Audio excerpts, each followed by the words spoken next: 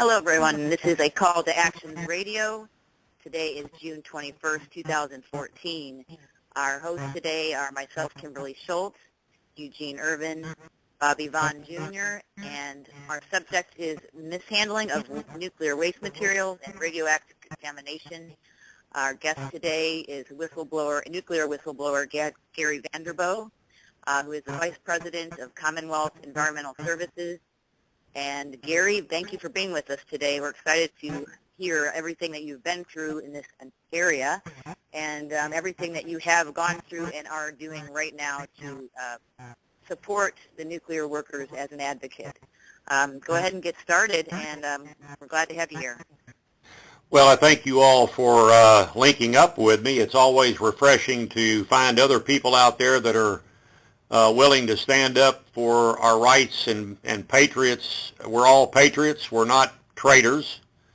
And so as a whistleblower, we whistleblowers, once we've been labeled that, in my case, labeled that and put under protection by the Department of Energy, no offense, but you don't want to be under protection by the Department of Energy, because that's sort of like the old Saturday Night Live skit where the whistleblower is actually in the spotlight and the guy interviewing him is in the dark. So they reverse that on you, but once you realize how they're doing it, it's pretty easy to figure out they're working to come after you, and they'll pat you on the back and tell you what a great person you are and how loyal you are. But it never was about loyalty. It's about whether you're going to do what you say, and if you try to deviate from that, I'll tell you you're dealing with the wrong person. So I thank you all again, and if you want to ask me questions about the background and how I became a whistleblower, I can thank DOE for that, because they actually protected me under their DOE OHA, Office of Hearing and Appeals. I'm sorry, apologize for using these acronyms. That's built into all DOE contractor employees.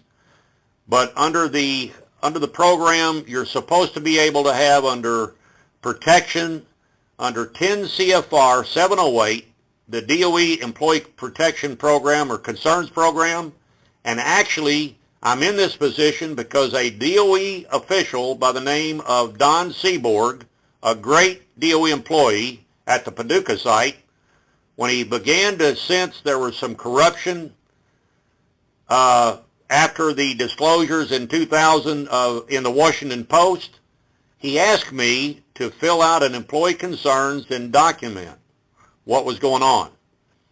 Now, to be honest, it did not have anything to do with my employment with Lockheed Martin as I knew at the time.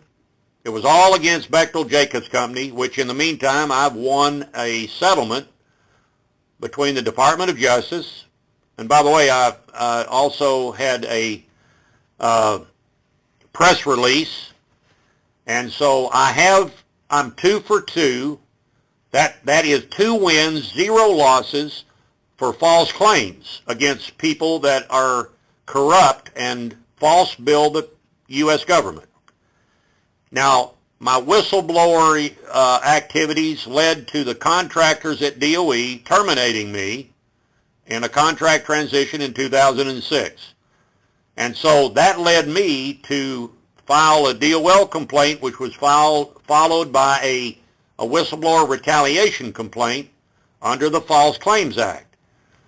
The remedies for that, which Congress set up, are if you retaliate against a whistleblower who is assisting Department of Justice in a $1 billion false claims, and you're found to have retaliated against Gary Vanderbo for assisting DOJ, FBI, and OIG, a whole bunch, everybody I said earlier, with the exception of CIA, and I'm still not sure they weren't in my landfill office, okay?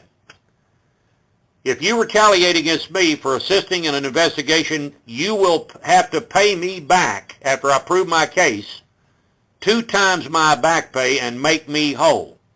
Now, of course, DOE doesn't want that to ever happen. They just sent their contractors after me, and their successor contractors got together and came up with a game plan that if we don't ever hire him, he hasn't got whistleblower protection, and so we'll just change contractors in a few years, and we'll get rid of him. 14 years without an environmental violation, 2 President's Awards, and all of a sudden at the contract transition, I wasn't qualified. in their own minds or their opinion. But I was a grandfathered Lockheed Martin employee under Lockheed Martin under the executive order to protect grandfathered workers, which meant if my job was available and I was qualified, then I had a right of first refusal to the job I was currently performing, and that was landfill manager, staff engineer.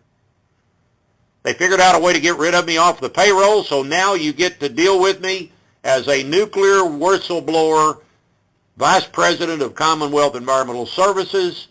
My wife, Judy Vanderboe, is the president. We're a Native American company that dedicates our activities in this company. Now, we do other investigative things as part of our sick worker support program and advocacy, but we're independent. We don't take any orders. We don't take anybody. We adjudicate claims under the EEOICPA, which is the Energy Employee Occupational Illness Program Act. That act was a direct result of 4 of my coworkers at Lockheed exposing the corruption and the contamination and the poisoning of my coworkers in Paducah. And the documents that you can research on my website, www.commonwealthenvironmentalservices.com, will show and link, because I don't mind, giving the old country boy interpretation of what they are, such as human experimentation at Paducah. So basically we tracked why Paducah was never listed in some of the environmental studies as a DOE facility, and here we were producing nuclear materials as Oak Ridge was, and Portsmouth, Ohio. We are the 3 gaseous diffusion plants named under the Act, the EEOICPA. That Act identifies Paducah and Portsmouth and Oak Ridge as the gaseous diffusion plants. At the time the $1 billion key tam was filed, Congress had to hurry up and pay something or pass a bill that would protect the contractors, all the DOE contractors, from liability. So they transferred the sick worker issues and the damages and the workers' compensation, that transferred the liability to actually the taxpayers. So now you get to hear from me as a vice president, and my role is an adjudication. Since my background was environmental compliance and regulatory, I basically become a site-specific attorney for the nuclear workers that had their claims illegally denied. And by doing that, I've identified a whole group or quintet of co-workers across the river in Metropolis, Illinois, that's where I met the young men who actually saw me get up and say to NRC, Tony Godey and some of those people there, Mr. Hickey, or Hitchie, I can't remember how you pronounce his name, but I actually said, here we have the Honeywell people in a room, and now we've just identified that those workers who have been dying by the thousands we've just found out, and the NRC disclosed, that the DOE materials at Fernald, Ohio, were shipped down the highways in drums and stored in Paducah and apparently in warehouses on the Metropolis plant site without anybody knowing it. Now, once I had that letter in my hand, the young men there in that meeting videotaped me, and I really don't remember what I said, but they did get to see NRC trying to take the microphone out of my hand. Didn't work. I'm 6'7", 250 pounds. If I don't step forward and tell the world what's going on, nobody else will. And so when you talk about nuclear material, my coworkers are at Portsmouth, Paducah, and Rocky Flats. And I'll go into the other areas and tell them I'm one of you. I independently overturn illegal denials, and now we're building more and more attorneys, because I'm just a consulting engineer. And and that's a DOE engineer by their classification of me. Now I kind of present myself to them as in a politician manner, because if you're going to lie to me, I'm going to tell you, well, that's not the case. Here's where you lied. Now, we've done that to Senator McConnell. We went to his office. He's not helping nuclear workers, and that's on YouTube. And that's you can judge for yourself. I'm not afraid of these people. They're killing my coworkers and my community neighbors. They don't care. They're monitoring their radiation exposures. And when I went to Washington with another whistleblower, Joe Carson from DOE, Nuclear Safety, in July of 2010, we stood before the press club, and you got the truth and honesty there. It was a USJusticeWatch.com, and an individual, well, another whistleblower by the name of Jim Fowler and Darlene Price. They held that conference, and I decided to join them, and I explained what was going on in Paducah. Now, as soon as these things get out, our local WPSD, NBC News Channel, who is the best friend of Mitch McConnell, and do not want these things to go out because, you know, it's negative on the community when you find out that you're a hot spot in the nation, and nobody wants you to tell about the nuclear radiation or the radioactive contamination that's known all over the nation. Apparently, you can't even get a loan if you're around the plant, if you have property around the house, around the plant. Excuse me. So, and a real estate loan, and so all of this has been going on, recycling, and so as a project manager for Lockheed Martin, I decided to do my own project development, and every claimant that I have, I've got over 320 now, became my project. And so I began to go to and you know, I've been around the community, and this is not my first rodeo, so to speak. So I started doing town hall meetings 3 years ago, and we would call those meetings, and people would come to me and say, we can't get anybody to help us. Well, we learned that our Lockheed Martin people, my co-workers at Lockheed Martin in Paducah, were the origin of the sick worker program. Because Lockheed was asked, or not Lockheed, one of their contractor counterparts, they were asked to set up a sick worker program real quick. Well, if you think about it, why in the world would you want any former Lockheed Martin employees setting up a sick worker program to get to the bottom of all the very illnesses that you caused to begin with, you see? So Paragon Technical Services was tasked by the Department of Labor to set up these sick worker offices around the nation for DOL. And a little background, DOE had it for about 3 years, and then in 3 or 4 years, in 2004, Senator McConnell's wife took over.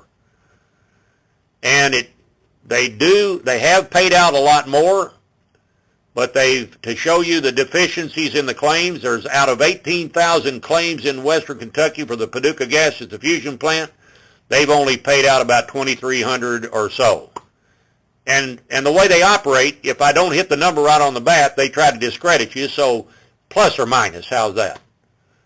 And so the bottom line is, if you take a certain percentage of those claims that you cannot believe the claims that they've denied.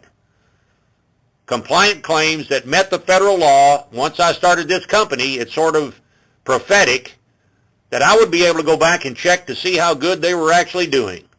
It's worse than the Veterans Administration. They knew that common, hard-working people would not be able to follow those rules, but they never estimated, or they never thought that Gary Vanderbilt would ever come into this program and begin to represent his co-workers and little ladies that lost their husbands when they were about 75 and they're in nursing homes now. And so I decided to go in and see what I could do to overturn their denials. we've overturned, and I guarantee you, this is not between anywhere from $6 million to $8 million of denied claims. Commonwealth Environmental Services is the independent advocate that goes after the Department of Labor. Adjudication process was all corrupt, still is. They don't want to pay anybody. They're not held accountable. They're not an administrative law judge activity. So they can pretty well listen to your information and then say, we don't like the way you look. You're not a Republican, and we're not going to pay you. Or, don't get me wrong, if you're in a Democrat state, they may say, well, we're not going to pay you because you're a Democrat. We don't know what's going on.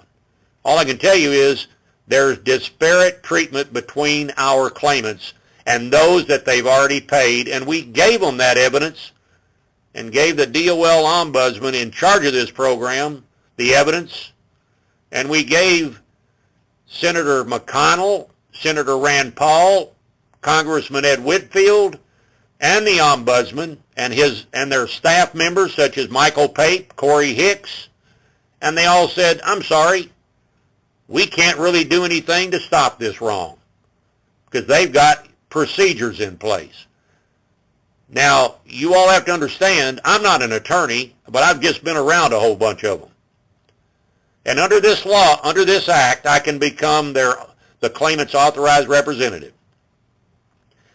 And under this act, the most important thing we're trying to do right now is expose, number one, that there's different rules for different sites. Paducah, of course, has been targeted because we, Ron Fowler, Chuck DeShell, Bud Jenkins, and John Tilson were the 4 whistleblowers that are currently being represented by NRDC, and that's associated with Robert Kennedy Jr. And by that case, the Department of Justice has taken before the federal courts. I believe they'll win. I won the Bechtel lawsuit, which was the very same thing, a false claims against Bechtel for falsifying certification of material going into the landfill I designed and permitted and sold and presented to Jane Powell, who is now at Pernal site, by the way, and Bob Sleeman from DOE. They all know me. And to this day, I go back to 1995 where I had to go back and permit that landfill in front of Jane Powell and sell them that landfill for cost savings to DOE. Now I'm targeted by DOE for the hundreds of millions of dollars of cost savings that has been going on since I left, because I left in April 23rd, 2006, and Bill Murphy did not want me at that plant site. Amazing. And so I can't say enough about corruption that came from the the Rocky Flat site. But I have a lot of friends at that plant. As soon as Mr. Murphy came into town and ran Don Seaborg off and they said, okay, we're going to go after Gary next, of course that's what they did. It's plausible and easily figured out. The man held a meeting of my friends at DOE. Bill Murphy said, I didn't hire you to follow the law. I hired you to get around the law. So you know how many sick workers we picked up that have just recently been sickened in the environmental cleanup? Bunches. And I don't appreciate 41-year-old kids coming in here that have been told, you'll go work at the plant, we'll keep you out there, we're going to start cleaning the place up, and then tell them radiation is good for them. For God's sakes, we're Lockheed Martin people. We know it's not. But some of my Lockheed Martin co-workers have now moved over to the Paragon Group. And when we catch Paragon under a cease and desist letter, which I did send that by email, I have a former Department of Justice attorney by the name of Dean Furman, and Dean Furman wrote a cease and desist letter to the Resource Center and ordered them to stop telling our claimants to fire us, which is contractual interference. They do not like what I do to win and overturn their denials.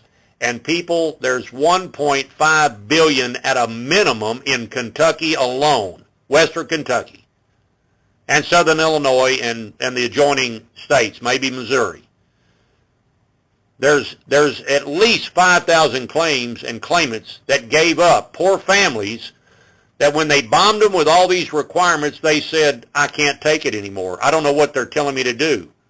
Well, when we get these poor people in front of us, we see that they completely somebody stole their benefits from them, and they died. Some of them died tragic deaths that were videotaped in the hospitals by WPSD before WPSD shut that whole monitoring of this abuse down.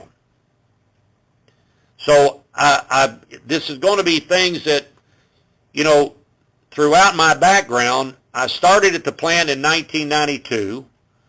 I received the President's Awards under the Bill Clinton administration for my work and design of the landfill that would save DOE for every 1,000 tons of waste going in the landfill. It's called the C746U landfill. For every 1,000 tons that we would dispose in accordance to the laws, not illegal stuff, we would save DOE and the taxpayers $1 million. Well, we took our first waste in 1997. And that's when we got rid of redwood at the plant that had been stacked up to the ceiling, which had minimal contamination on it, but it was all within the limits according to the compliance people at Lockheed, and it wasn't a hazardous waste, okay? You can't dispose hazardous waste in anything going into the landfill. Of course they did after they falsified their certification. That's why I've got a copy of a check on the wall. And I don't care if the Justice Department settles a case with them. It should have been a whole lot bigger because their performance bonuses were in the millions, and all they had to do was to violate the laws to get it. Now, Congress apparently doesn't want to get into that territory, but I don't know how many of us are going to be able to turn anything over to our kids if billion-dollar corporations can receive a $200,000 fine. That was just my part, by the way, $37,000. But if Lockheed Martin or Bechtel, and in this case Bechtel, not Lockheed, got a slap on the hand for violating the very requirements that I permitted under Lockheed Martin because they knew they could get away with it. No punishment. And then, because I filed the false claims against them, they targeted me for removal, which is illegal. But they do it every day. Remember that guy that I told you? We didn't hire you to follow the law. We hired you to get around the law. He's still there. He's at Portsmouth and Paducah. They're shipping radioactive material from Portsmouth into Paducah. Jeff Walburn, I can't do you justice to explain that. Jeff Walburn has to tell you next. And Jeff Walburn has met with the officials in Kentucky. Senator Rand Paul's people have met with him.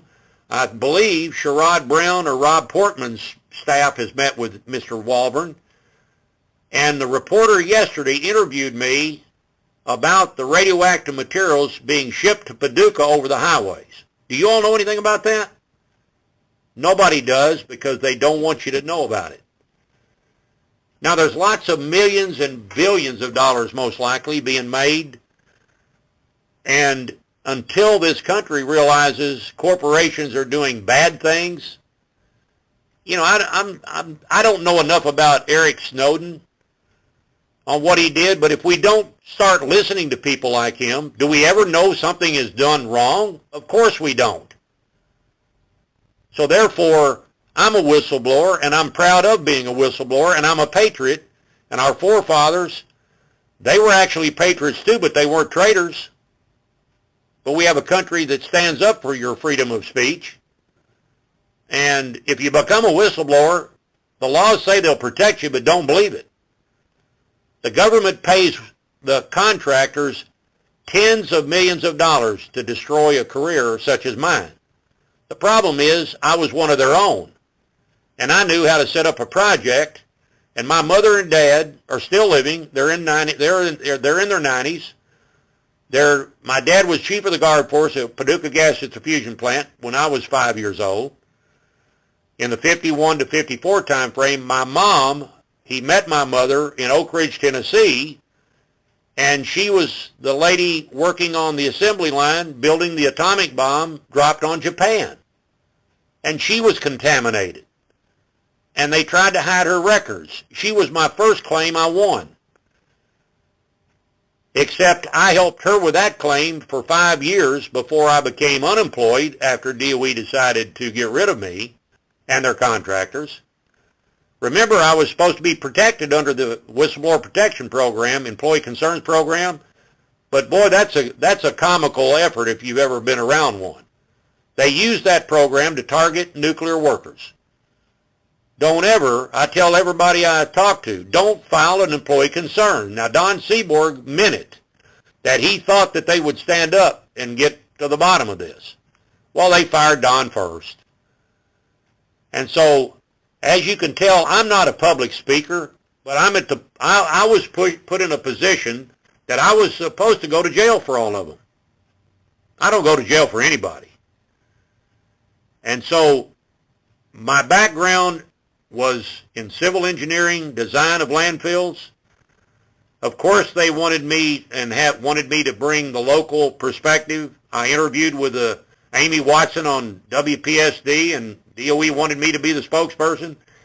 And now I'm the worst enemy for DOE you could ever have. I'm a terrible employee. But that landfill is my product out there, and they've already put so much radioactive waste in it that it cannot be discharged anymore.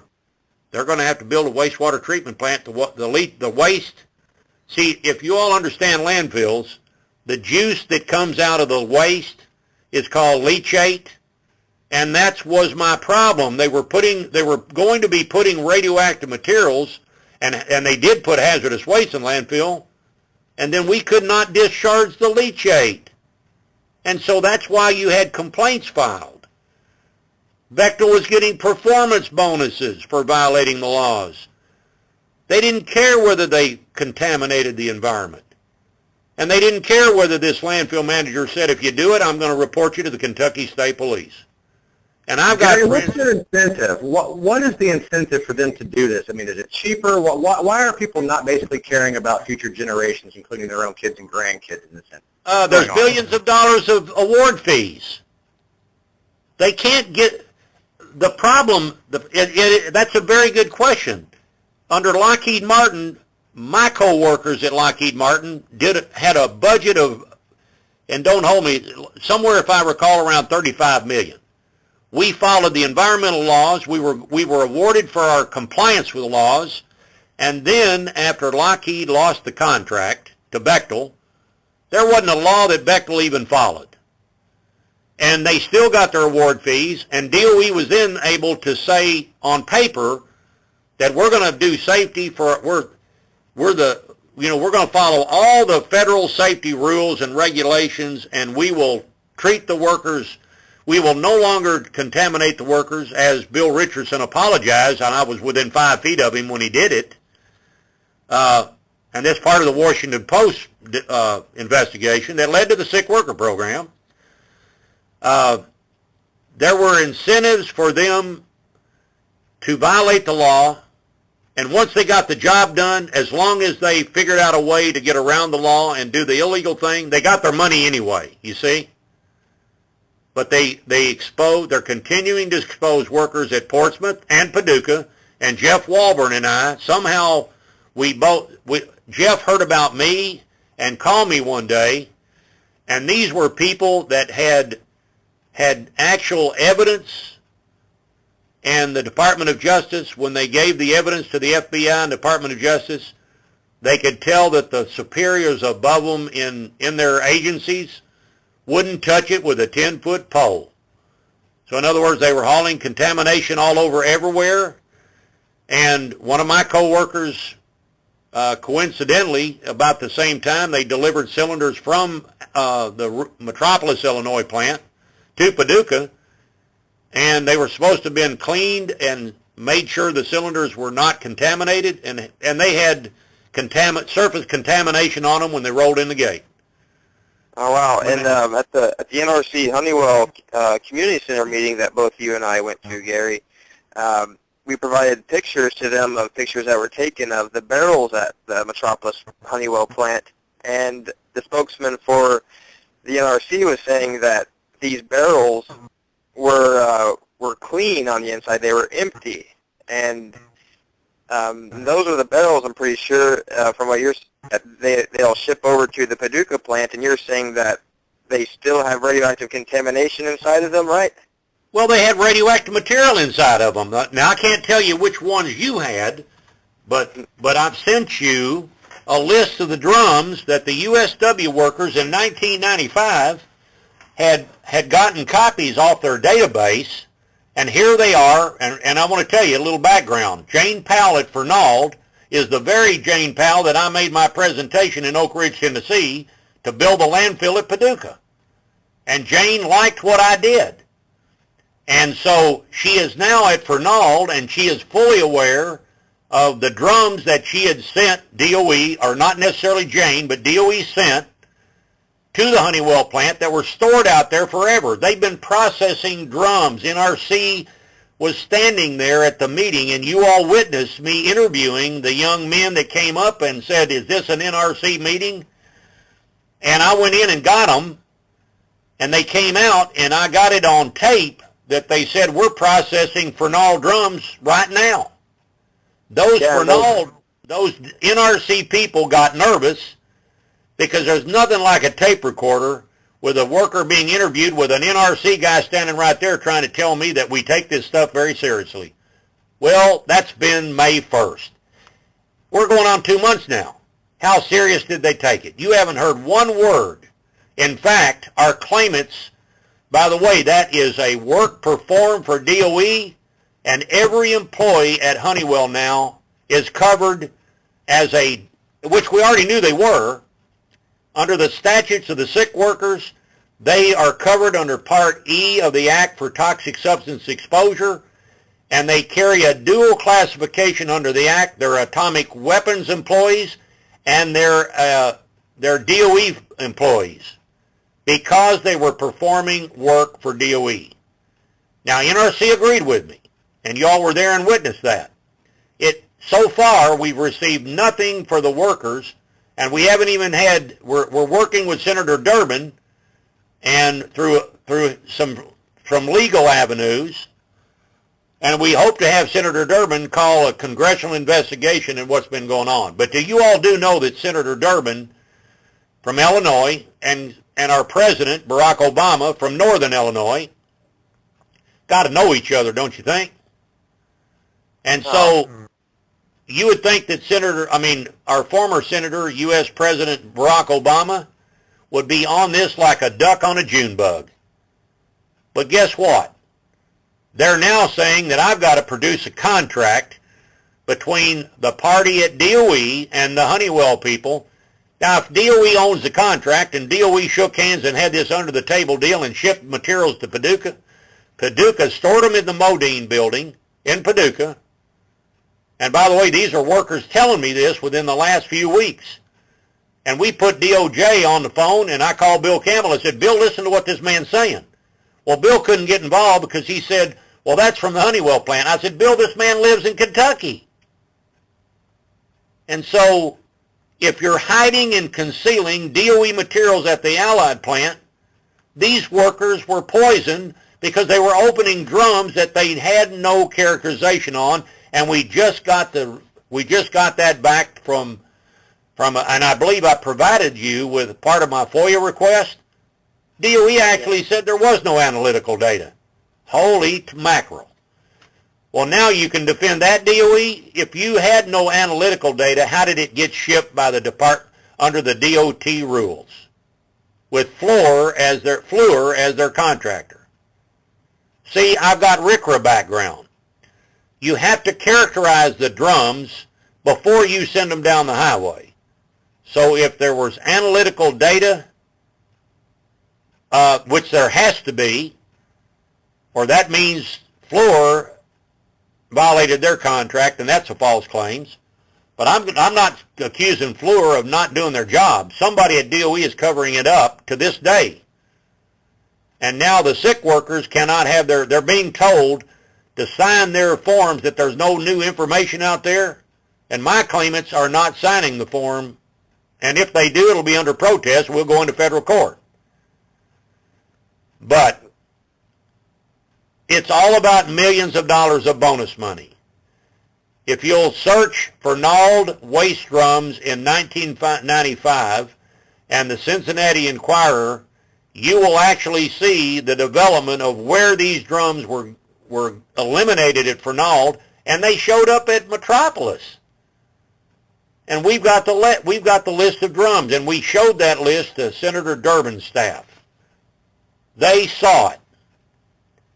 Now, it's not so much as, at this point, it involves two things. What is in the drums? And you can't just look at a drum and say there's nothing there that'll hurt you, can you?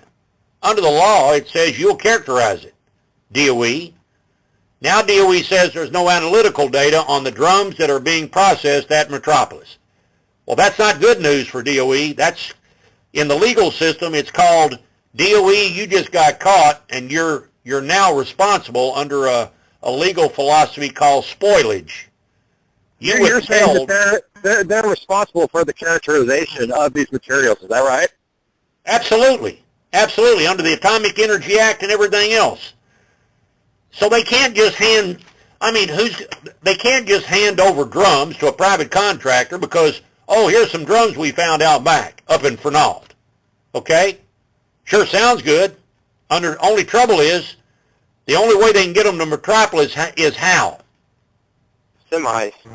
Semi-shipped down the highway. So I've asked for the DOT transportation documents on what they were hauling. Now, we know they were drums. We've got them at the Metropolis end, you see? We've got the drum numbers at Metropolis. So how did they get there? What we're talking about here is a cover-up that is so massive and implicates so many different organizations on the federal level. How do you see this thing coming to a head? I mean, we have the senators involved and congressmen and all these other types of things and multi-billion-dollar corporations. What do you really see happening here without a complete restructuring of our infrastructure in regards to this nuclear waste disposal and the way that it's produced? Right now, I think you just hit the nail on the head. There's so many parties that are covering each other up. They don't know how to respond. They got caught. I caught them. And some brave nuclear workers that helped go get the FOIA information, which if it had been me, they'd have destroyed it. So we ambushed them at that meeting. We knew what they had. And then with the senators involved, we know that the senators, why would Senator Durbin not demand a congressional investigation into what the nuclear workers at Allied Chemical were exposed to? Well, let's see. President Obama and David Coates from Honeywell are best buddies, right? Yep. And so you don't have to be a Democrat or Republican. You just got to know what you don't want to let anybody know. But unfortunately, the lies are going to be bigger against nuclear workers and killing the workers by exposing them to Fernald materials, or wherever, like Paducah received reactor returns that the DOE, Mr. Murphy, is videotaped in UK. When I confronted him, he told the kids at UK, we don't have anything like that. And I get up in a meeting and it's on YouTube, and I said, well, Bill, of course you do. You just told these kids at UK, come visit for the summer. We're glad to have you down to work as interns. But Bill, you don't really want to make them believe that you don't have nuclear material from Hanford, do you? Or Idaho Falls? That's in the Washington Post investigation. Well, he was a regular Dumbo the elephant, you know? And so they brought him in here as a closer. He's a hitman. Again, in perspective to making sure that DOE doesn't get hurt. And the only way to answer your question, this is going to change, as the senators from Kentucky are put on the spot that they've been involved in this, and Senator McConnell, a year ago, just got credit. He took credit for getting the additional year extension to process radioactive materials through some Western technology group out west. If you remember that? $300 or $400 million. I can't remember the number. And now the GAO has said that's all been illegal, and guess who owns that that corruption and that fraud? By his own admission, Senator McConnell has admitted it last year that he's the one that did it, took credit for it to extend the plant, and now GAO says that was all illegal. And that's why we've got to stop doing this in this country and go back to, and I can't tell you enough how many people come up to me and say, how did this ever get this far? Well, I think you've got to research, goes all the way back to Ronald Reagan probably, the Iran-Contra, and Fred Malek memo, where they said, we're going to do all this, and we've got to control the employees where they can't speak. There are no whistleblowers out there that are protected. How do they do that? How do they put a handle on so many people, Gary? Well, that's the Malek memo, and I'll be honest with you, the Fred Malek memo that I remembered researching was a memo that government officials knew, no matter what party you belonged to, that if you stepped out of line and sort of like Eric Snowden, if you stepped out of line, it was already understood that both parties would come down on you and you wouldn't have a job. Now, Joe Carson can tell you a whole lot more about that aspect, and he was a DOE whistleblower, a successful whistleblower, and he is my counterpart on DOE side. He stands up to DOE as I stand up to their contractors. And we do have our information. I mean, we've actually held public meetings and disclosed all of this. And Joe is fearless also. But the government officials ignore. I'm looking at a picture with Lamar Alexander in 2010 around September. And he was probably one of the only people that stepped up and said, we're going to start making people accountable.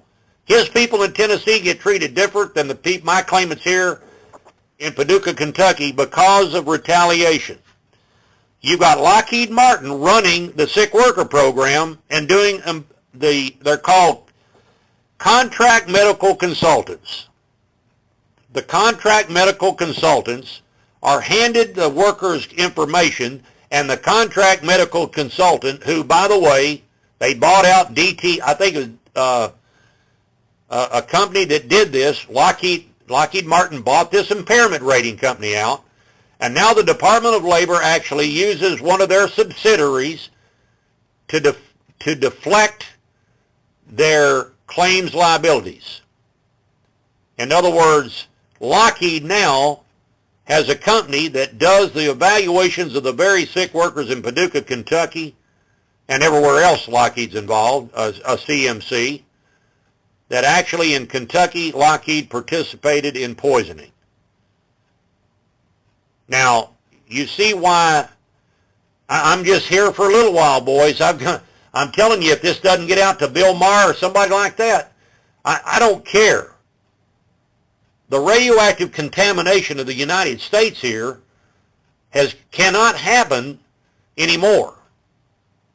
There's no solution there's no cleanup remedy available. I think it's difficult for people to really get their mind around this, Gary, the magnitude and the multi-generational effect that this is having on our country right now. Oh, absolutely. Once enough people believe the government saying that there's nothing there that'll hurt you, you get lulled into a safety, secure area, but it's not the case. There's not one bit of radioactive material at all that a doctor will tell you is good inside your body, and that includes anything x-rays, or you all know that you can't take a CAT scan every day, Yeah.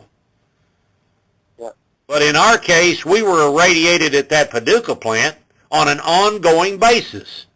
And there's documents that shows that the only thing you can look at that and say, that's human experimentation.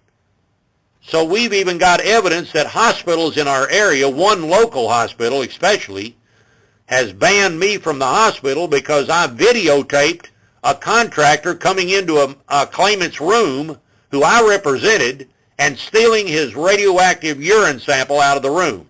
He had just had a contamination event inside the plant.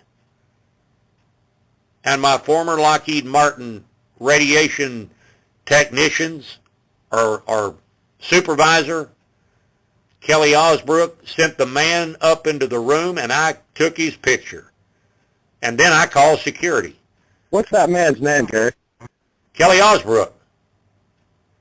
And he's also the responsible LATA employee. See, these DOE contractors just swap. They just take different. They got these foldable hats, you know.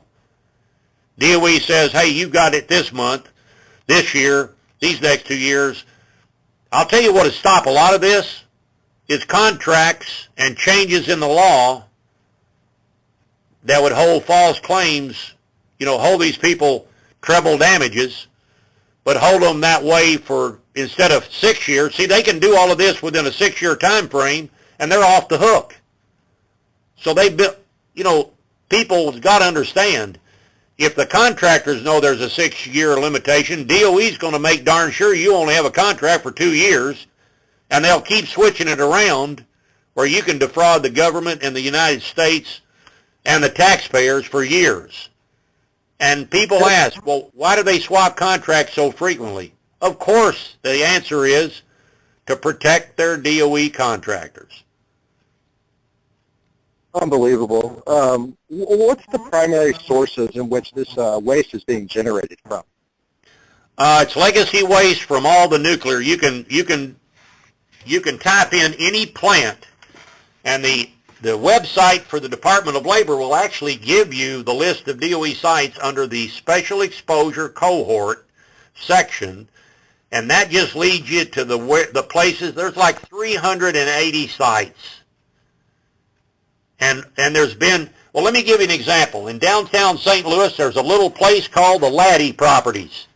It stored drums for DOE.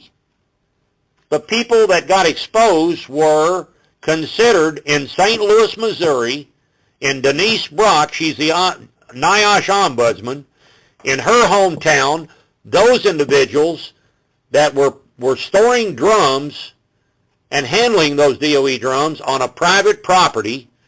DOE pays them for Part B and E compensation. And here we have workers across my river right here, my claimants, handling DOE drums. I mean, actually handling the material, feeding them into the system. And they're not covered. Yeah, does that make any sense to you? No, it sounds like they're paying the employees, like you said, using them as experiments. Paying them to be guinea pigs for not only the legal containers that are coming into town and onto the plant, but the ones that are illegally coming into the plant that could, you know, we don't know what's in these containers. It could be a mixture. No. Yeah. These containers have everything in the world in them that came back from the early years of the Cold War. DOE will not tell you what's in them because they don't want you to know what's in them. If you ask them for, even though they should know, if you ask them if there's certain toxic chemicals in those drums, they basically say generally, no, there's not. But they've got characterization data on every one of them. I have been told. Yeah, and they will not tell anybody that they've got the analytical data, because if they do, there will be a termination of DOE. That's really what Congress has got to do. They've got to get rid of DOE and put another agency in charge of it, but you don't really have any way to do that. And I'm sorry, but I'm going to have to stick with the stick workers. But if you look at the, my mindset is Lockheed Martin. What's the root cause of the problem? Congress is ignoring DOE violations of safety and health. So you've got, how do you make people accountable that are checking themselves? You can't, because they've got an answer to everything that you find. I could show you a glowing radioactive drum, and in 5 minutes they'll tell you it's something different. Even when it pegs the meter, they'll tell you it's something wrong with your instrument. So they're constantly in a state of denial. You're not patriotic if you tell on them, and I'm a little bit different. I don't think I can do anything but tell on them and expose them, because our families and our kids can no longer be experimented on. And I don't take bonus money to keep my mouth shut about how much they took into the communities and into the homes of the citizens in Paducah. Now you have to understand, this act does not protect workers, families, after the worker took his dirty radioactive clothes and took it home. And that's why about 5 years ago or 6 years ago, maybe a little longer, Mitch McConnell funded an epidemiological study for the Paducah gas diffusion plant. And during that study, I noticed that Lockheed Martin employees were providing the data on the death information. And one of them was Steve Miners from Lockheed Martin. And if Steve Miners from Lockheed Martin is involved in providing death information for the man doing the study, then the man doing the study, Dr. David Tolerud, honestly told me, he said, Gary, if there were more than these people that were poisoned, all of these people that were poisoned, if there were more than these certain 350 people they provided medical information on, they only used a small quintil of that. And when they actually had the nerve to put that information in the Dr. Tolerud study, it tweaked the numbers on how severe the illnesses were in this community. When in fact, instead of 6,700 workers, there were over 40,000. And they only used 350 people's medical reports, and they doctored the results. McConnell knows it. He knows I caught him. Dr. Tolerud actually confirmed that the day he released his report. So in other words, DOE's smart enough, and Senator McConnell was involved in that. He got the $8 million for the study. And by doing that, Senator McConnell, as far as I'm concerned, ought to be ashamed, because he misrepresented the reports of the contamination and the local illnesses. And you got to think, fellas, holy Toledo, you only covered the contractors for DOE, except I've got 40,000 subcontractors that were sacrificed. And they were told that green salt is so safe, you can put it on your sandwich. They never were protected. They're still not protected. I have got 50 hearings at least under my belt, and I've told every one of these DOL FAB hearing officials that you people are obligated to pay these people because they inhaled contamination from Paducah gas diffusion plant, and here's where it happened, and here's how it happened. And they concealed it because these workers were told to go in those buildings, nothing would bother you. And they became a statistic. Kids lost their fathers. Kids then lost their mothers because their fathers took it home into Paducah. The Paducah Chamber of Commerce invited those workers into the homes back when this plant was built. And they contaminated the homes. And so it's gigantic. But I'm just telling you, this is across the country, and I'm not a communist, and I'm not a non-patriot. I'm not unpatriotic. It's my duty as a patriot. And we set up we kind of coined the phrase, we're blue coats. We're not red coats, we're blue coats. We're going to tell everybody in the nation, and we're going to let everybody else, as Robert Kennedy himself, in a speech in front of me at Murray State University, said, don't believe everything you've been told. Connect the dots. And Robert Kennedy will tell you he said that, because it's on a videotape. I mean, what I'm really hearing out of you is connecting all these dots, Gary. We're outlining, basically corporate factions that have undermined the safety and health of future generations in this country of such magnitude. It's really going to have to come to a head. I mean, this is, isotopes are particularly dangerous. We have electromagnetic energy and other toxins in our environment. And, it's really going to be time for the people to stand up, because we're talking about a complete restructuring of our congressional system and the executive branch in general, to be real honest with you. It's got to be accountable. There's nobody accountable right now.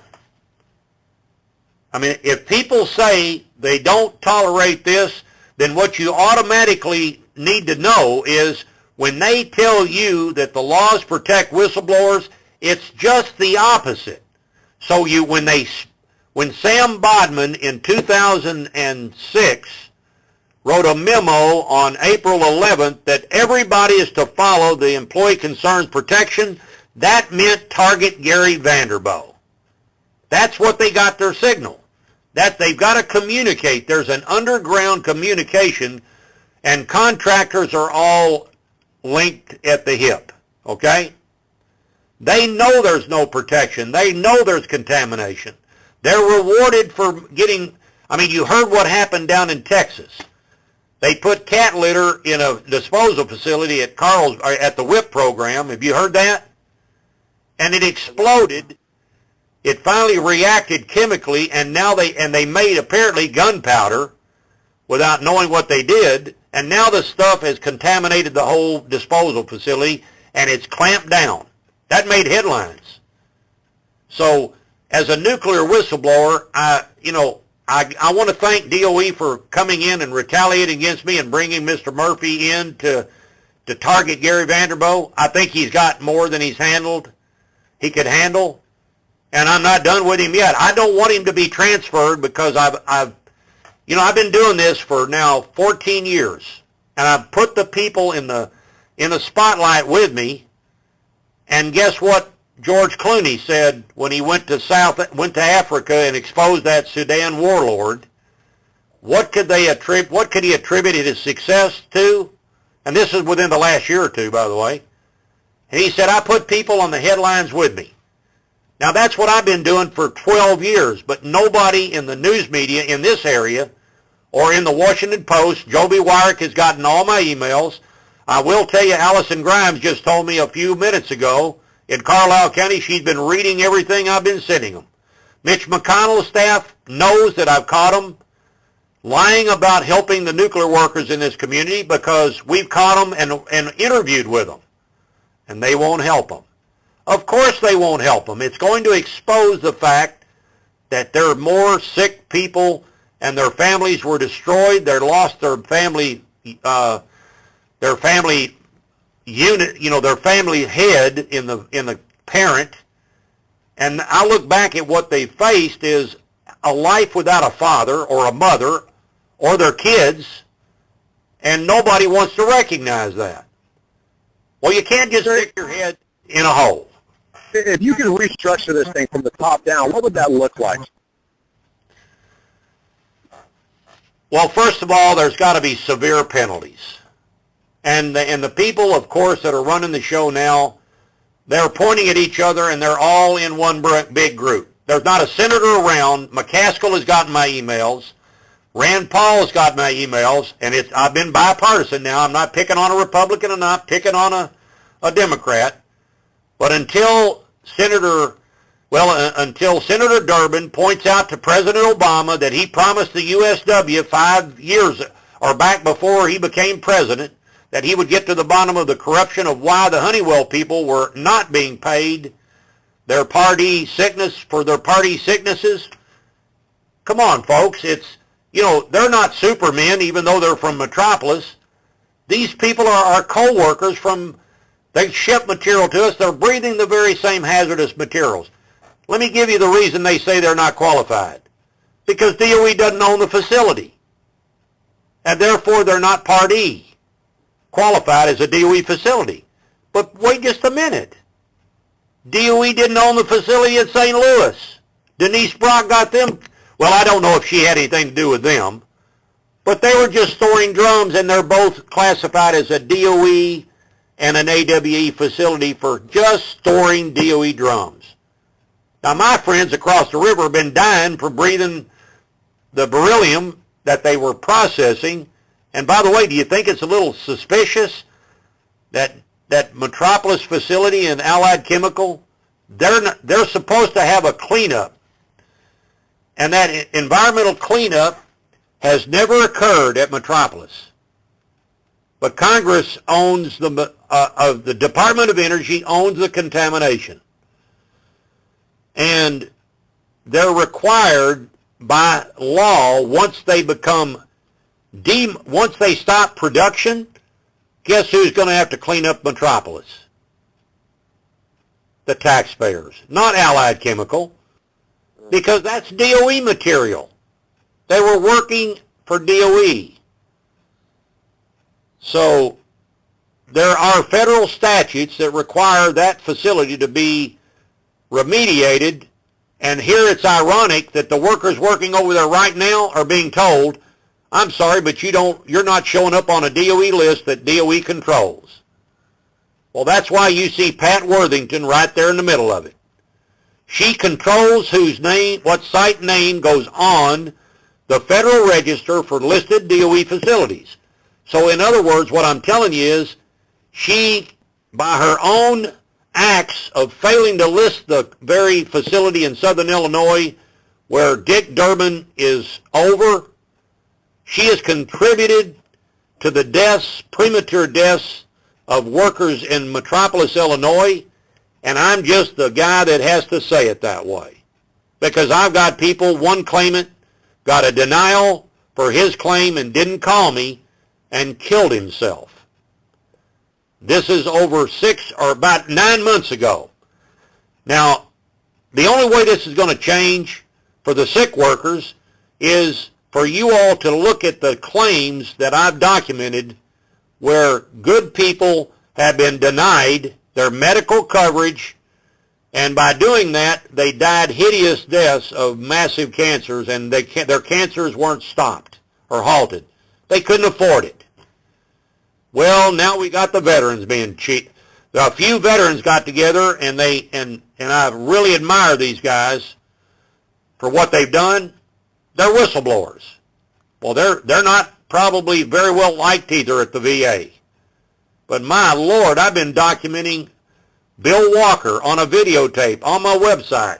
WPSD came to his room and monitored his death. And I was on video until WPSD will probably give you a copy of that.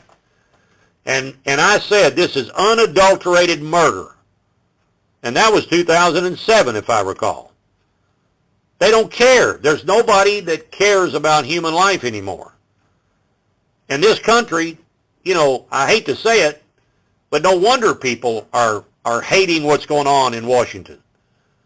They've disconnected themselves from the real people in the world. And until we start changing, I'm just one person. They're not doing what they should, and they know it, and their attempts to keep everything quiet is all shared internally by both parties.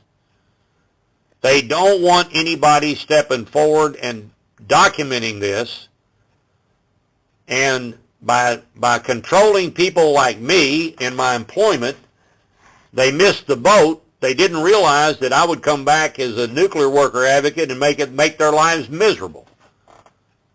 Because I proposed, and I'm proud of what I permitted to the state of Kentucky. And oh, by the way, if I get into federal court and they're going to try to stop me, they do not want a whistleblower coming into the federal courts and back to the Western District, I believe, who will then have the state employees come in and back me up for the fraud at Paducah. How about that? So they got to dismiss my case, and you all can monitor that as it happens. But we have filed a brief, and take, for instance, one of the sick workers. We've also filed a lawsuit. You can go on Pacer and see it. How dare somebody say that this individual could not open her claim after we cited toxic welding fumes out of the Paducah Gaseous Diffusion Plant site exposure matrices, and guess what they did? We had 25 claims reopened because of toxic chemicals in the welding fumes such as beryllium, and on their own website it showed beryllium and welding fumes. Guess what they did? They hired my Paragon, who is now a Paragon employee. They hired the Lockheed Martin, gave him more time on the job. Safety and Health, Environmental Safety and Health Representative Larry Payne, and Larry Payne admitted to me 2 weeks after we filed our reopenings for 25 nuclear worker CBD claims that he had deleted welding fumes out of the Paducah Gaseous Diffusion Plant SIM, site exposure matrices. And that was because we filed 25 claims. You see, they're working covertly, and there's no transparency. Forget what Obama said. They don't want transparency. That's all nothing but lip service. And I will tell you, I'll play him one-on-one in a basketball game. If he thinks he can beat me, go for it. I mean, I think they want transparency. For one reason, Honeywell was the largest contributor to Barack Obama's election. Sure. Now we're talking. And as long as he and other government officials, pretty much fascists, can put money in their pocket, then they don't care about all these multiple thousands and among thousands of workers that have worked for them that have died of cancer. And then there's all the voices that have gone unheard, people that have died indirectly, well, actually without even knowing they were exposed to radiation in the water or in the acid rain or other means. How many cases do you think just in the heartland there would be if everyone that has died of cancer was tied in with USEC or Honeywell? How many people do you think that would be? Well, are you all aware of the midnight negatives? You know what that is? It's called the midnight negatives under the CDC. If you'll Google the Paducah Gaseous Diffusion Plant and type in midnight negatives, you'll get the document that says every night, or maybe not every night, but the plant would open up the vents and vent the radioactive cloud over the whole entire community. Whatever way the wind was blowing, that's why you have a cluster of cancers, most likely in Metropolis, Illinois. And that's why you had Vince Gill, if I remember, come to Metropolis for the promotion of the Terra's Angels. And those were kids with leukemia.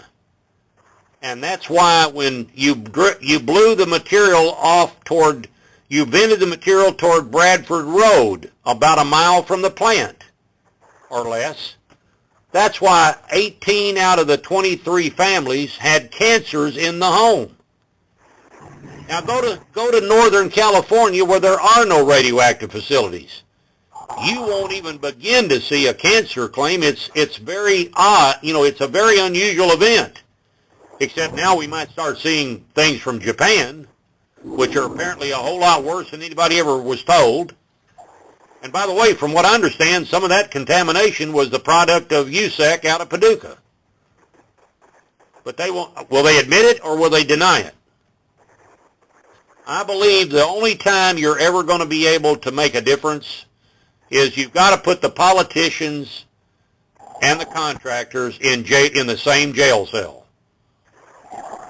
And until there's an investigation like an Oliver North thing, you're not going to see a change.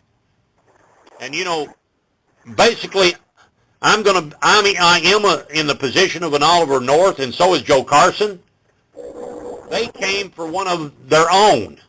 And I really didn't have time. I was so busy doing my job. They decided that profits need to get rid of Gary Vanderbilt, or they wouldn't happen. So they brought in their big team that they had in Rocky Flats. Barbara Mazeroski was at Rocky Flats. Bill Murphy was at Rocky Flats. And then they just brought them on down to here because they were going to have to do the same corrupt things they did out there.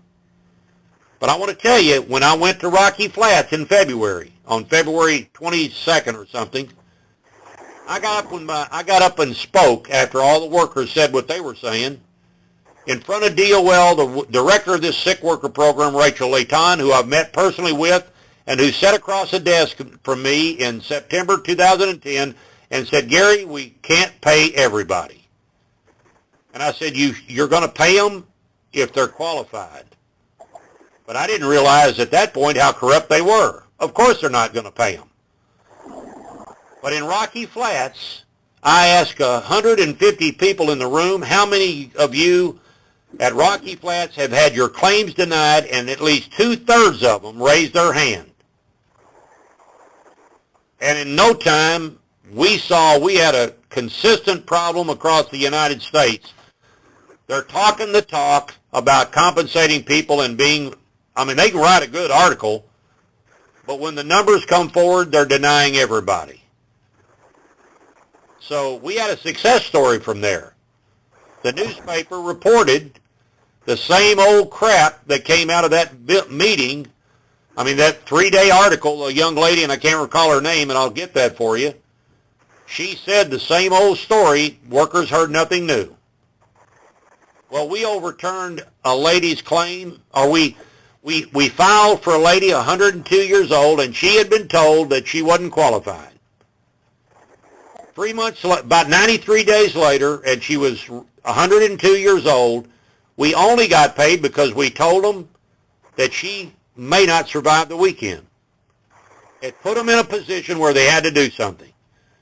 We got her payment, and that payment is now in her hands, and she's in a nursing home, and she did know that her husband got paid. He died in 1965 after working 3 years at Rocky Flats and being monitored for radiation, the same radiation that they just concealed with when they had the FBI Black Hawk helicopter sting operation. And by the way, that's all known. If you all can find that, if you don't know about that, the FBI agent that led that raid on DOE, he resigned because he wasn't going to be part of it. They even threatened him. That shows you how big DOE has gotten. So you better talk to me while you can, because I know exactly what they're capable of doing. Yeah, I hear you, man. I'm not afraid of them, by the way. I'm afraid to be on the phone with you because I feel like somebody's going to come and kill me because they're out here killing everybody. It just pisses me off, Gary. I respect the work that you do. I just can't stand what you're telling me. I don't mean to sound... Hey, listen, I'm glad to hear what you're saying, but like I say, when I leave my office, I've got protection in my office, and I'm a hunter. I'm a duck hunter, but I know, and I don't carry a weapon, and I'm not going to be afraid of them. I'm just not going to be stupid either. If they call me to meet them out in a lone country road, that ain't going to happen. And whenever they tell me to step out in the hallway and like to have this conversation offline, I said, I'll just tell them, screw you. We're gonna stand right here, and everybody's going to see you. Now it's so big because the billions of dollars are being filtered back from the pockets of the nuclear workers exposed into the communities, which are now benefiting through grants. If they'll keep their mouths shut about the nuclear contamination, our local Paducah, McCracken County is an example. They're getting money contributing to projects in Paducah, and they won't support the compensation of their own nuclear workers. Now, what does that tell you? Keep your mouth shut, Paducah and McCracken County leaders, and we will give you all kinds of bonus money. It's happening too frequently, and most obviously across the nation. And by the way, the taxpayers are the ones that have been stuck or saddled with the compensation of those that do get paid, not the contractors that actually caused it. And that kind of stuff needs to get out to Bill Mayer, or Mayor. And I do like him. I do feel that it's more until somebody like a George Clooney. I know Tim McGraw. I've met him. I don't know him personally, but I've met him. But until these, Hollywood movie stars start realizing that time's running out and our society's got to change, and we can't protect crooked bankers. We can't protect Wall Street crooks. We can't protect DOE crooks. We can't be lulled into a situation of saying, these are all good people and I'm a troublemaker and I'm just out of control. I'm not out of control. I'm in control. And if they want to kill me for telling the truth, go, take your best shot. And I will say, Robert Kennedy, when he made his speech at at Murray State University, where I graduated, and he did this about right before Barack Obama was elected, it got me thinking, do I sit here and fight this battle, or do I step to a higher level and take it to them? They say the best defense is a good offense. And my dad's World War II Battle of the Bulge, he's still living, is still as sharp as they come. And I guess I'm doing my part as a patriot to expose the corruption in this country. And if you go to my website and you Google my name and you find all the YouTube videos that Gary Vanderbo's put out there, I've got a whole lot more coming, by the way, and it's caught them. Malcolm Nelson knows that they passed procedures to deny the statutes. McConnell says he can't get involved. Hey, that's okay. Since you can't get involved, we'll see if the next one can. And all those crooks that told me they were doing the right thing and they couldn't get involved and they remained silent, they're on my emails. And I'll tell you, when you see my emails and you see the DOJ people, you see the U.S. Department of Justice head man, Eric Holder, on my emails, it's there for a reason. It's not that they're going to do anything. It's there for them to know that all the people on that email, Mitch McConnell, Rand Paul, all of these people that don't care about the people are now all together on an email for them to explain why they didn't give a darn about it, okay? Now, I'm not a public speaker. And by the way, I look forward to going into depositions because I tell the truth. And I don't fabricate a thing. And I try to give the facts exactly the way I recall them. I never have a problem. But the others do, because you know how it is. You can lie only so many at a time before you're going to all get caught. I can't even find, there's a newspaper reporter in Chicago Tribune, David Jackson, and he called me and wanted to come to Western Kentucky and investigate this. And once I told him that I don't give out information unless I'm assured that he's going to report it, you can't even get him to answer the phone now. Do you know how many millions are being paid just to have people find out what I'm doing? There's a whole army of covert people behind the scenes that are all in this to try to figure out what is going on and be one step ahead of me. Well, monitor my computer, by the way, about 9 months ago, got hit by the virus that held people hostage for their files. And I won't pay hostage on my files. But I have backup systems on my, I knew that if I did this, I'm not an Eric Snowden, but I want to tell you, the more people that find out what he's actually uncovered, they're not thinking he's too damn bad after all, are they? But he is probably a threat to somebody like Obama, but I think people need to hear the truth. He might have had his ways of doing it, but I want to tell you, as a whistleblower, I know darn well that he did the right thing. They would have killed him before he got one document out.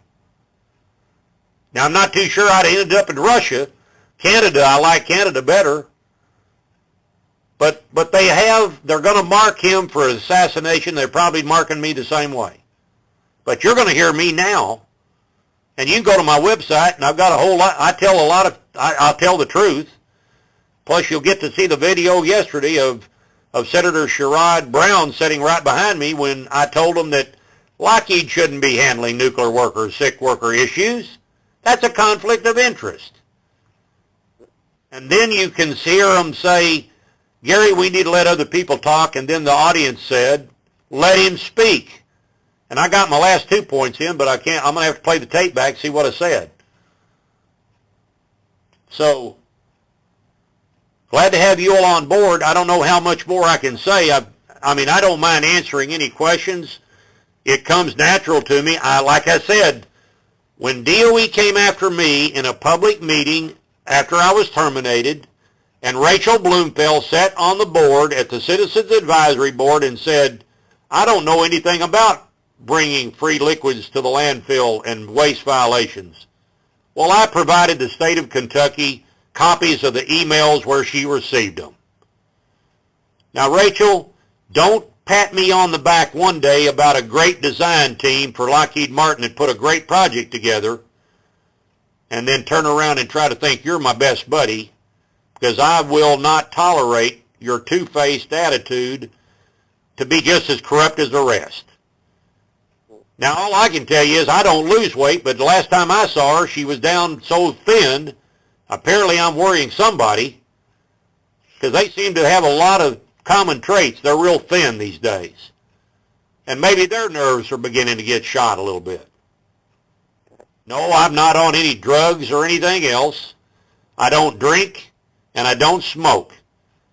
But I've got nodules in my lungs that came from beryllium at that plant, and I'm not happy. I played basketball, and I have hyperinflated lungs, and I don't mind telling you, there's only two groups of people that have hyperinflated lungs.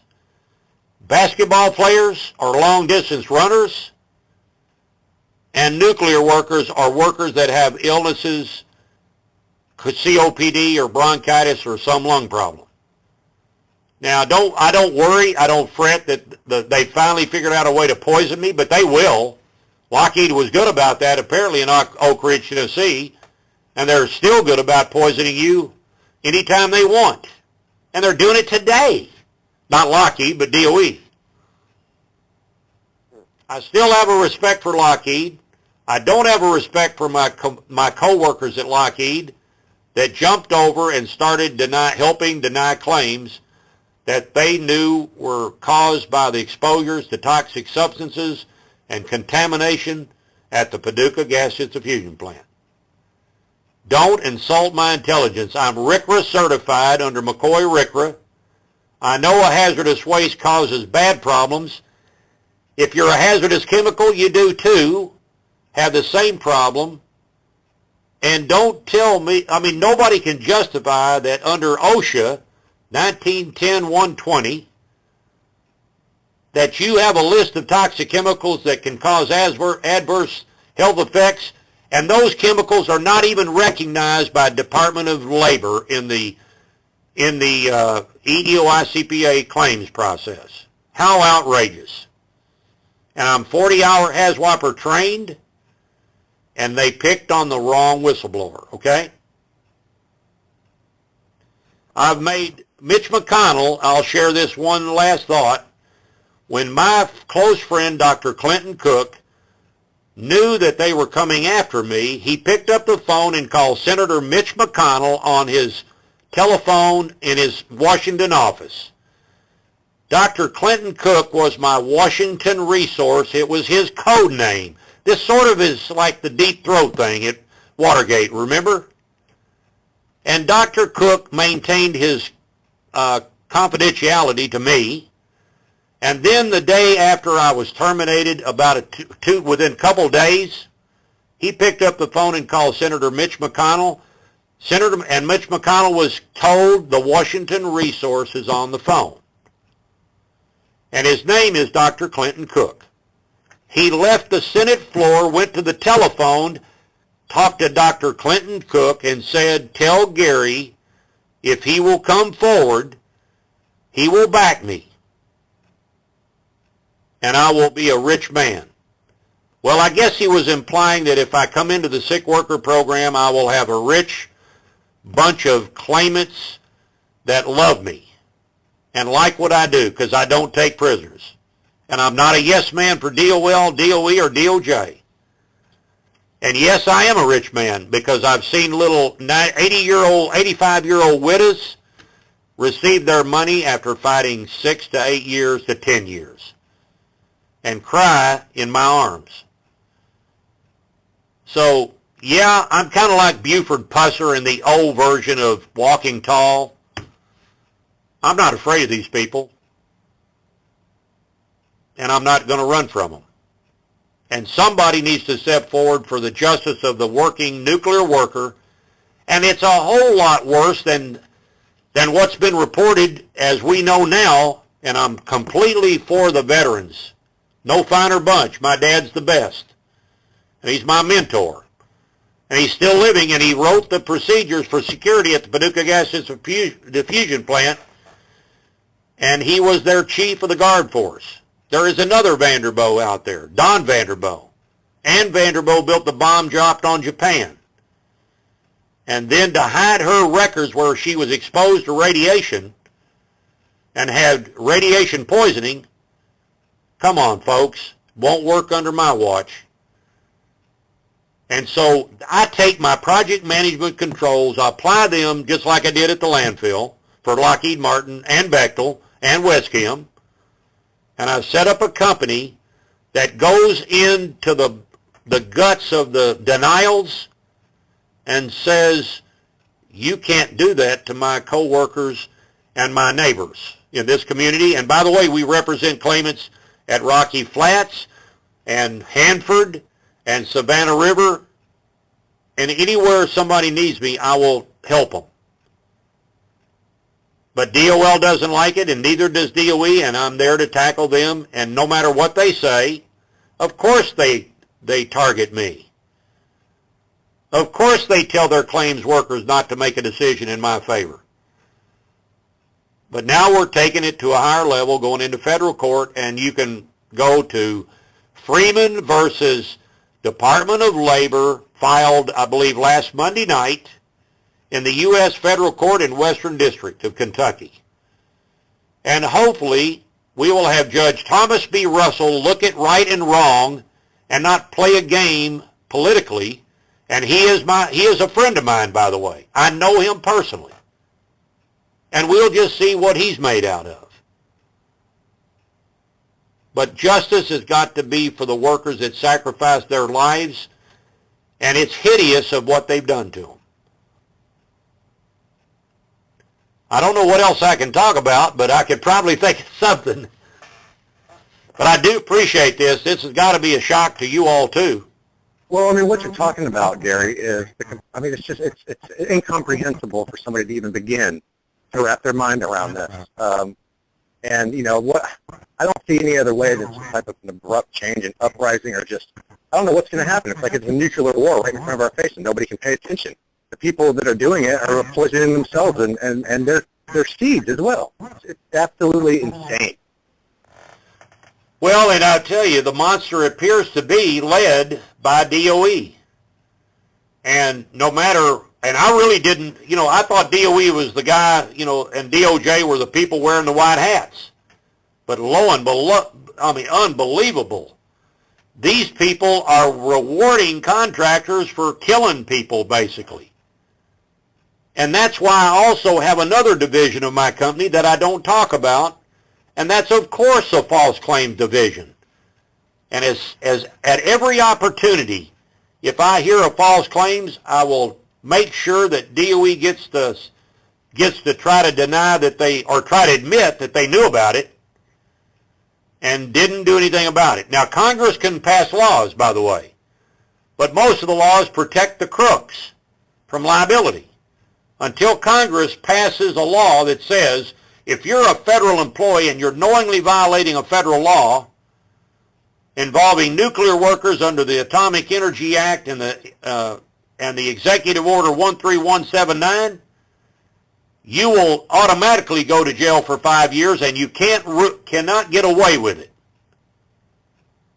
but they're not going to do that. I didn't realize when I was attacked by a DOE official, or excuse me, a DOL official, and a door was slammed on me in 2007 at a DOE public meeting with a camera rolling from WPSD, which caused an artificial hip to break loose.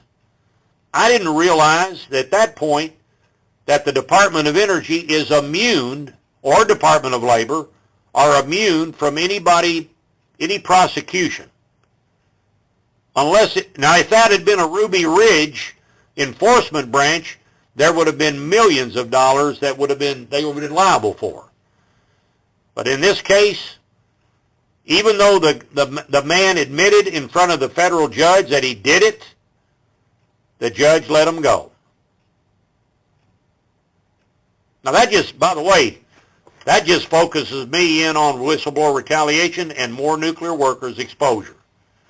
So I'm not going away. I'm the proverbial bad penny, and they can call me what they want to, but I'm just like Darlene Price, who was a whistleblower in the, I believe, with the Border Patrol. She ran for U.S. Senator against Jack Conway and Dan Manginardo. And when she heard this, she was shocked. And she realized the only way it was going to change is somebody had to get up and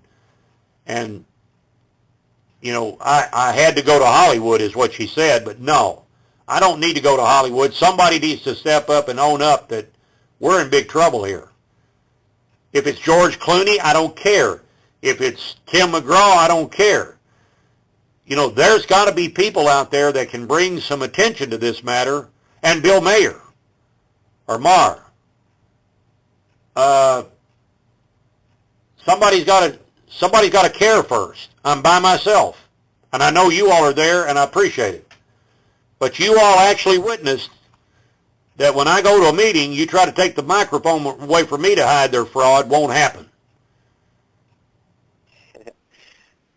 Yes, I do want to tell you that I do have on audio tape the workers telling NRC that they're processing DOE drums at the Allied Chemical Facility. And of course Barack Obama doesn't want anybody knowing that. And he's already stepped in, I'm sure, and said, we're not going to let anybody get paid now over there, okay? But we got a federal court action coming on that one if we can. And they can lie all they want to, but they're going to have to tell a federal judge that those drums didn't come from Vinal, and Senator Durbin knows they did. We got him on video. We got them on videotape reading the drum list. And by the way, I think you all got the drum list, did you not? You may have it now. Yeah, I'll have to check my email after this. Yeah, I'll check. You've got a lot of emails that you'll have the drum list. Now, that is the Fernald, Ohio drums that are in Metropolis, Illinois. So, President Obama, tell us how they got there and how your good buddy David Coates got them there. Donation or not. They're definitely going to have to fess up. I mean, eventually they're going, you know, something has got to get out at that plant. Oh yeah, the workers are. Now these are USW workers that have already had the plant officials come in and say, "Well, we know you've got the information. What do you want us to do?" Well, you've got to characterize the drums. So they took them in private and they characterized them, allegedly. Well, run them through a mass spectrometer and you'll see exactly what came out of Fernald. Oh, no, we can't do that. We don't want to have one of those machines because that'll tell you just what's in it. So it's all about making it look safe when it's not. And when the kids come up with these rare radioactive link cancers, radiation link cancers, wow. Now you know why they want kids to come through the Paducah plant and do these little tours and promote these community outreach sessions. My God, don't put a kid in a nuclear plant because they are the most vulnerable. Dr. Clinton Cook, will tell you, if he was still living, he passed away, that if you are a young person, you don't want to be around any of the nuclear materials because your bodies are changing so fast it'll mutate a cell, and then you've got cancer. I was at Portsmouth, Ohio yesterday, and one of the young men that I did not wait around to hear was getting ready to get up in front of all of them there at the DIAB meeting in front of Sherrod Brown, and he was supposed to make tell them about catching a two-headed catfish with 3 eyes, I think on each head. Now, we all know what it'll do. This is not fantasy or fiction. That's what, if that gets into the food chain, that's a human population limiter. And I'm trying to figure out how do people expect to live with everything in the world being contaminated by radioactive particles that are in your food? And of course, how can you get it out of your food? You don't. It goes into the food that sucks up from the root system, and that's why we're not going to be around too much longer. The dinosaurs are in a whole lot better shape than the people that are getting exposed to nuclear fissional materials. It's not about if you'll get cancer, it's when. And I'm actually now that I've got nodules in my lungs, I've got every 6 months to be monitored, and I don't have them monitor me anywhere around this community. Because, of course, doctors are worried about retaliation by the Department of Energy or Department of Labor. They control everything, including your test results, apparently. Callous Disregard, please read that book. I am in that book. The young man that wrote that book is a great job he did. He captured all the investigative phases of why I got caught up in the middle of this. My lawsuits are my complaints, my DOL complaints, everything you see, you can print anything you want. I really don't appreciate being singled out as a whistleblower by DOE, but that's how DOE does it. Again, they put me in the spotlight, and they get all their people to load their guns and go in the dark to shoot at you. Hey, it is what it is. You can actually see every step of the way that they shoot at you. They're not protecting anybody, but that's another thing that I'm doing, is I'm looking at other whistleblowers that I've given them this guidance in, and they can come forward and they can recognize retaliation. I don't know how long we've been talking, quite a while, but I don't know if it's 2 hours yet. Pretty close. Yeah, Gary, thank you. I think we've just lost Eugene, but one of the things that we wanted to bring up that we always cover in every show is to try to focus on solutions. And yeah, this is really an unfortunate situation, the detail that you've gone into with how these things are happening. And one of the things that we share on our website is detoxing. We have two areas on the website, calltoaction.com, where wondering if there is some way that these people who are getting affected by this radioactive environment, that they can be detoxed from the materials. Do you have any suggestions, or have you worked with anyone to be able to heal from these types of environments? Well, that's the crapshoot. And doctors around this community will tell you, if you've got it in your system, it's a crapshoot whether you get cancer and die from it. They can't tell you whether it'll ever affect you. There are chelation treatments for toxic heavy metals and chemicals, but if you will go to my website and take the time to, I apologize for, there's a public meeting where Dr. Clinton Cook gets up and tells there's some bad problems in this area. Now, that was in August of 2006. right after Mitch McConnell told him he would support me. Now, you're looking at my Washington resource. He died of liver cancer about a year later. Now, Dr. Clinton Cook says, when you inhale the particles, it goes to your stomach and your lungs, where it's absorbed either into the bloodstream, goes to the liver, and or possibly to the brain.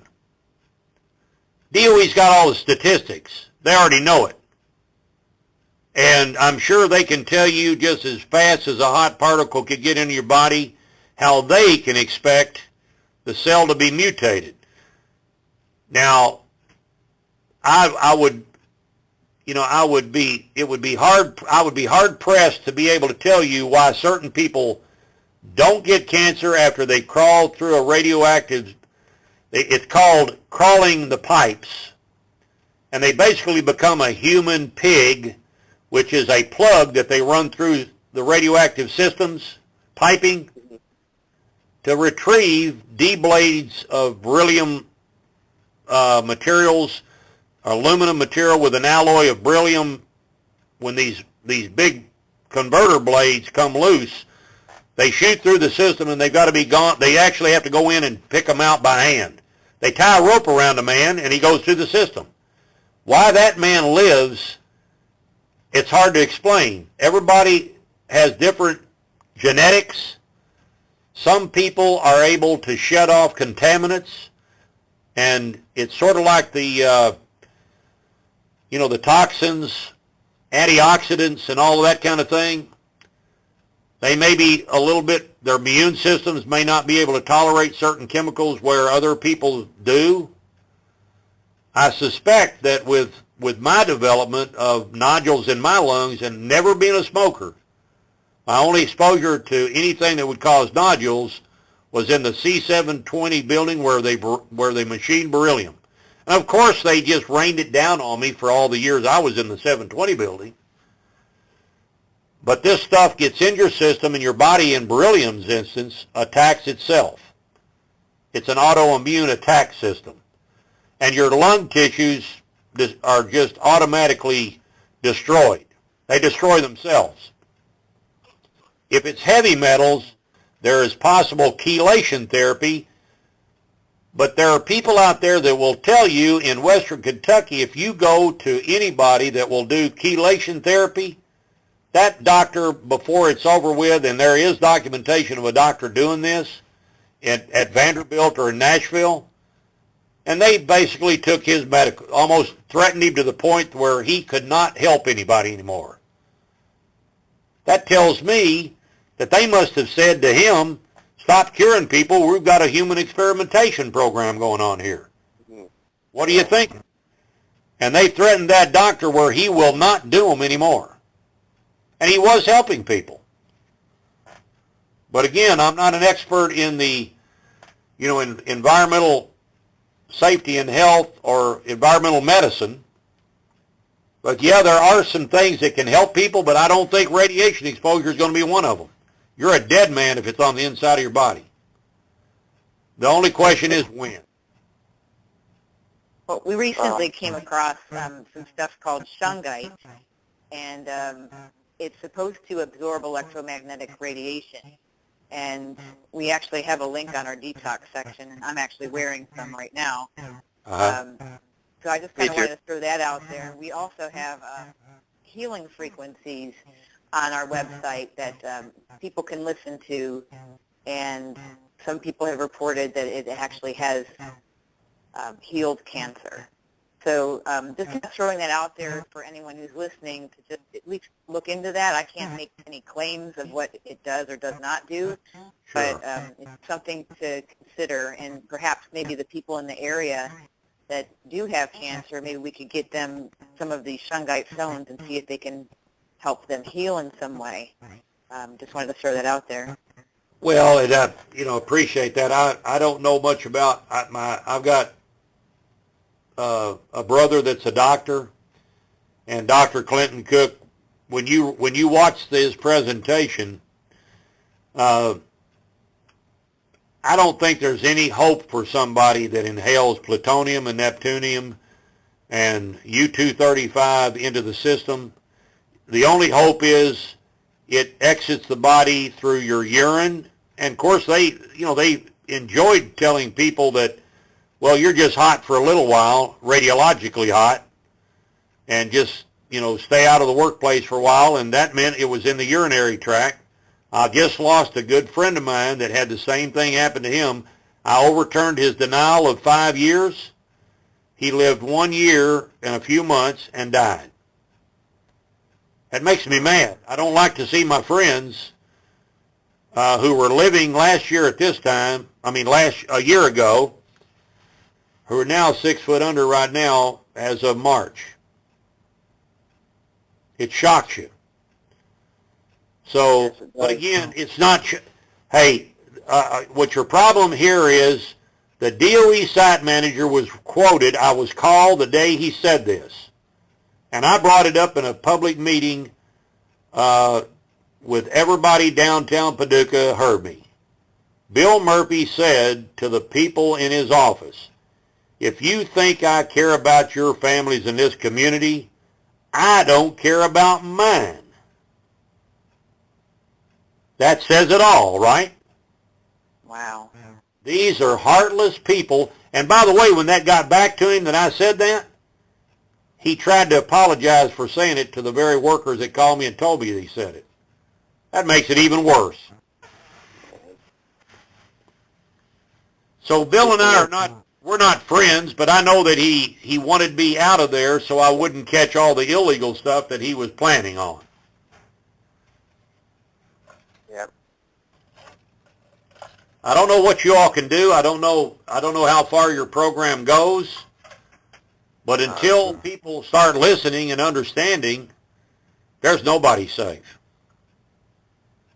Well, we'd like I'd to say we have the right crowd. What do you say? No, I'd just like to get this in the hands of Bill Mayer and make this shout from the mountaintops. That's what we do. We persevere. Yes. And we're here to work with you on that, and we're not going away. Well, I appreciate that. It's been actually one of my projects here, and I've got my son now working with me. I've got a great young lady that I can't do without, who has come on board with me, and she's been loyal to me. We have a great team. There's just 4 of us here. But we are so dedicated to the nuclear workers that I cover my claimants, and I'll also go to other sites and let people know they're not by themselves. Actually, I've now made presentations in front of one group in Rocky Flats, and DOL was there, and the director of this program was right there, and I didn't recognize her. She cut the conversation off when I said, let's talk about you passing procedures that trump the federal regulations and the laws. Senator McConnell did not want to interfere with that because he knew that his Republican voters were getting paid. The Democratic voters he didn't want to support were getting denied on a number of about 8 to 1. Now, when you do that kind of thing, what I do is, even if I was Republican, that's wrong. And I'm telling you, that's a heartless individual that sits there and says, I'm sorry, but the results are not what we wanted to see. And he tells 50 of my claimants the very same thing. That means he never even looked at it, you see? And I've got phase, like I just told you, I have investigative phases. We actually found material out behind a high school, an elementary school out by the plant. And I will tell you, I had an individual run a spectrometer on it, mass spectrometer, and it had U-235 within about 50 feet of the kid's school. I don't have the money to buy a mass spectrometer, but if whoever comes forward, I can show you where I've shown the Department of Justice where I dug the sample, and it was dirt dumped out of the plant right there on the kid's playground. Oh, my gosh. And it's dirt dumped in Lone Oak. It's dirt dumped in Ballard County. It's rock, it's limestone, concrete, rubble. DOE doesn't care because they will tell you it's good for you. But somebody better start thinking there's none of this stuff that can be good for you. And I don't know how you clean it up. I'll be honest with you. I've been asked, they've asked the employees, how do you get it cleaned up? Most of them will say you can't do it. I will tell you in Paducah, the only thing I will tell you is you've got to cover it up with a membrane, some type of a membrane, and you've got to replant vegetation above that membrane, most likely like you would have a gigantic landfill. And I am a landfill manager, and I hate to say this, but I'm the best landfill manager of a non-radioactive landfill that ended up being contaminated with hazardous waste that was illegal placed in the landfill by Bechtel Jacobs. I don't care if they like me telling it or not. But we know if you were Bechtel Jacobs, do you think the Bush administration would ever support a whistleblower who's going to make Bechtel hold the line? Of course not. President Bush, you picked your friends, and I knew what you were doing, and I knew I would probably be targeted. So I went on the offensive, and just like, George Clooney was quoted, you put the names of the people in my emails, on TV, in front of commission meetings, and you get those elected members to tell you they're either for the protection of nuclear workers' health or against it. Well, I want to tell you, to a T, the Republicans in Kentucky, in our community, they get real nervous when you start talking about protecting common workers. And all I can say is, Senator McConnell, you don't really believe that I thought you were going to be protecting me, do you? So I knew the sword was coming, but he didn't know what was going to come back in him. And I will say, if he had handled this differently, and he's on video, 2 videos at YouTube. Actually, his own Kentucky chairman, Terry Carmack, is heard on the video saying, well, Gary, we've been working with you. I want to tell you all, that's bullshit. He has never helped a nuclear worker represented by Commonwealth Environmental Services. In fact, he wanted to make sure they got denied, because he never investigated one of their illegal denials. How convenient. Well, that's a good stopping point for this. Kimberly, you have to be somewhere real soon, right? Anytime, fellas. You know my time. I've got to actually I'm being deposed on by a crooked banker, by the way, a crooked trustee, which is a different matter. So I've got all kinds of little projects I work on, and I love every bit of it because I can't wait to get there, and I can't believe they gave me another 2 days to testify. That's priceless for me. Awesome, Gary. I'm so excited about what you're, just keep on persevering through this. We're going to, we'll do a follow-up interview with you as well, and we're going to put all the documents up that you have in our Facebook group that's called NAIL, N-A-I-L. Okay. It's Nuclear Awareness and Inspiration Liberation is basically getting the awareness out there and doing something about it.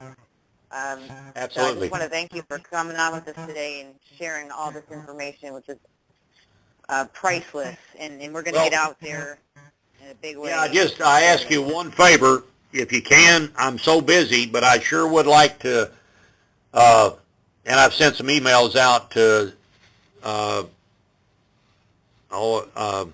keep calling you David, but it's not David, that we met over there in Metropolis. Yeah, Bobby. Bobby? Yeah. Appreciate what you all did, because I really didn't know who you were. And it's just like the man at, I believe it wasn't the Huffington Post, but it was the Huntington News reporter yesterday interviewed me. you all don't even realize that nuclear material is being fissionable material that could be a criticality at any day has already been, according to my sources, Jeff Walburn is one of them that you need to talk with. It's been shipped out from Portsmouth to Paducah under cover of darkness, so to speak. And we've got a covert operation going on that I'm sure somebody's going to step forward and say, well, that's all classified, we can't tell you. But I don't know when people are going to get tired of this. And if I don't do it, nobody else will. You know, I wasn't a leader at that point, but I just could not take it that somebody would think that they could walk up in a Citizens Advisory Board meeting, and from what I was told, they were recalibrated because this was DOE.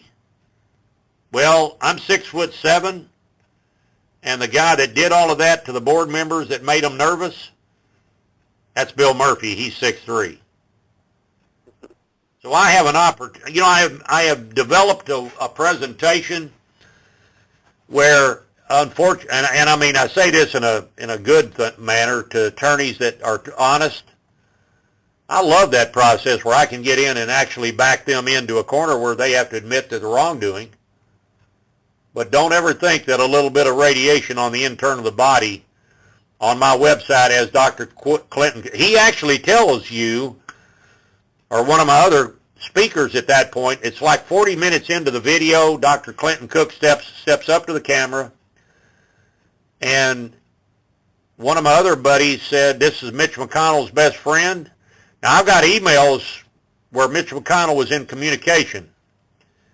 They don't want to admit that. The girl that answered those communications and was aware of them, she left suddenly from Senator McConnell's office. Now do you get the picture? They try to maintain no link. But all I can tell you is I also communicate with Allison Grimes, and I did today. But we do look forward to talking to you all, helping you any way possible. And hopefully we can try to change this for our kids. That's what we talked about today. What are we going to do? What are our kids going to do? Well, I'd say you're a shining star, a beacon of truth, and really the hope that the Heartland has been looking for. Really greatly appreciate what you're doing. Most people don't have the courage at all to step up. Well, now you might the level where you do. Yeah, I appreciate that, fellas, and Kimberly, but I'll tell you what, if you were to pick up the phone and call the Resource Center, they'll tell you all kinds of bad things about me. I just can't. I charge too much. That's a lie. I only charge for when I help people. If you don't think a little family is appreciative of paying me my percentage after I reverse a denial that's been denied for 10 years, you ought to see their face. Yet the people that are against me say, well, Gary's not supposed to be paid over a certain percentage, but unfortunately they didn't read the law. If you get denied, you can go hire F. Lee Bailey if you wanted. And he may not be living anymore, but probably not. But the point is, justice is justice. If you're not allowed to have justice, you can hire anybody you want to win your claim. I just happen to be the best because I'm a nuclear worker myself. And I will train attorneys to get more and more involved in this. Something's got to change, but it's got to change in the courts too, by the way. Appreciate it. I'm going to sign off now, and I just can't thank you all enough for, it's going to take somebody like you, because we don't have the news media willing to do it. Yeah, we'll definitely put the information out there for you and for the world. Yeah, we're going to kick it up a notch, Gary. So. All right. Well, we appreciate it.